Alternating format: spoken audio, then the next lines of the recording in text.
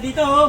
Saan? Guys, panoorin nyo to guys. Ano? Paldo dito yung conductor tsaka yung driver. Ito, wala. Dami nakuha ang pera. Natin na natin ito lahat. Pag sumasakay ako ng bus, ano hindi ko tinitignan yan sa sa tanggalin ba? Para kung makita kang pera dyan na nalaglag yung ayos to. pasahero ng pera, diba?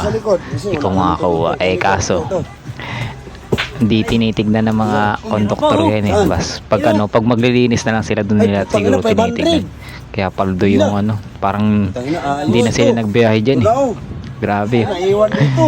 Dami nila nakuha ang pera. May 500, may 1k, puro 1k tapos may pariya pa, tig 20, may 50, $1,000 naman.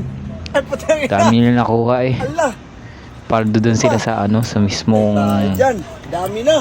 May kanan o kaliwa. Wala na. Paldo sila may 1,000 tsaka grabe. Taon to. Dito pa sa unahan. Ito wala to Parang hindi na sila magbibiyahe pag ganyan apulot na ng pera Ito sa unahan. Unahan, baka meron dito.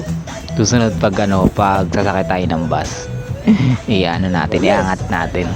Pag wala pang mga sakay na bus, yung ikaw pa lang nakakasakay, tapos titignan mo yung yung upuan mo na kunwari malalaglag yung barya mo.